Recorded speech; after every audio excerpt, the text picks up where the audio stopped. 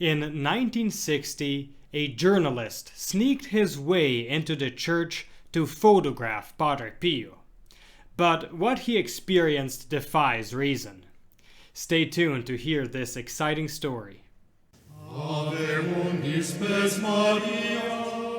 Welcome to Following Padre Pio. Whether you're a returning viewer or new to our channel, we're excited to have you with us.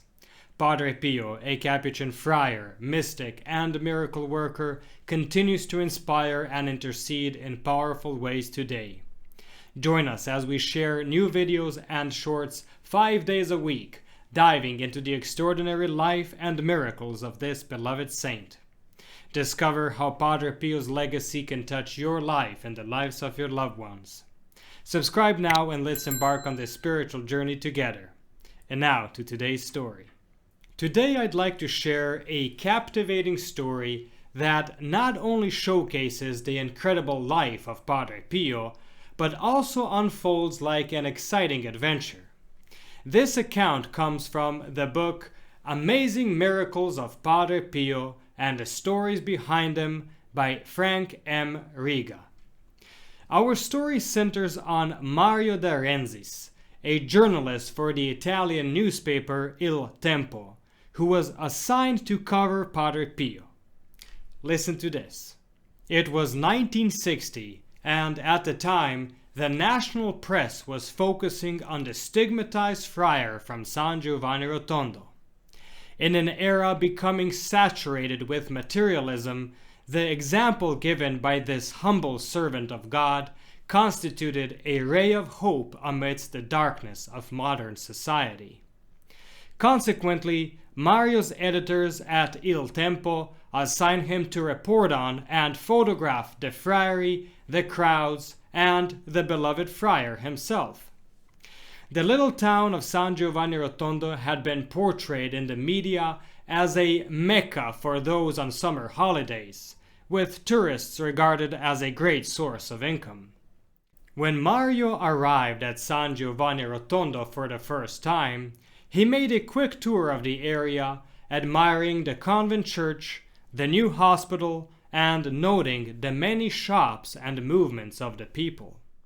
However, when he proceeded to enter the church, he was stopped by the ushers and told that photographers could not enter. This restriction could mean the failure of his entire assignment. Fortunately, just at that moment, several buses pulled up. As the pilgrims disembarked and made their way into the church, Mario blended in with the crowd and managed to slip inside. Padre Pio was at the altar. Mario discreetly and skillfully began to snap pictures. But he was soon spotted, and the ushers reacted as if it were the end of the world. Amidst the commotion, Mario escaped and made straight for an exit and found himself in the garden of the convent. Noticing a staircase and with no time to lose, he climbed up, not knowing where it would lead him. He found himself in a little corridor that led to an open door. It was the entrance to Padre Pio's cell. Now listen to this. Although he had photographed Padre Pio just minutes earlier in the church, there he was, in the flesh, in his room. How was this possible? A healthy person would need at least 15 minutes to get there, and with Padre Pio's painful wounds, he could only move slowly. Mario and Padre Pio shook hands. With Padre Pio's permission, he took several photos of him in his cell. The emotions and surprise of this encounter were so strong that the photographer didn't fully comprehend what had actually occurred. Padre Pio, the stigmatized priest, had clasped his hand without hesitation or apparent discomfort. A strange feat considering his wounded, painful palms. As Mario left the cell, he thought about the marvel everyone was talking about, bilocation. In light of Padre Pio's extraordinary capabilities, he concluded that he had not been in the presence of Padre Pio's physical body, but rather of his soul, his essence. Bodily pain doesn't pertain to the soul, which is why Padre Pio was able to tranquilly shake his hand.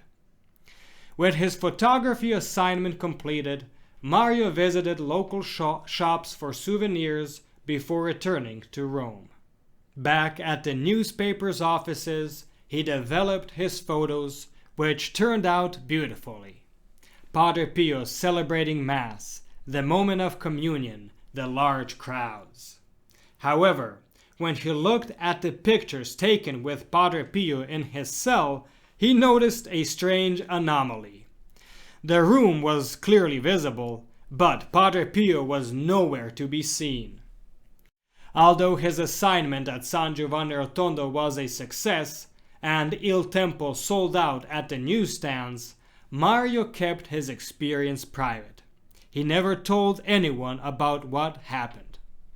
Even 30 years later, he was filled with nostalgia when reflecting on his encounter with the Holy Friar. Padre Pio, with his extraordinary abilities, helped him achieve immense satisfaction professionally, but more importantly, enriched him spiritually. Now I can say it with greater clarity, he later reflected. My soul is filled with strong emotions that, at the mere memory of the encounter, still make my heart throb. Such was Padre Pio's zeal to win over a soul. End of story. Thank you so much for watching.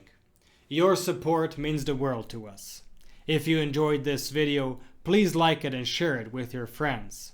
This simple action helps our channel grow and reach more people who love Padre Pio as much as you do. We have more inspiring Padre Pio stories and reflections waiting for you.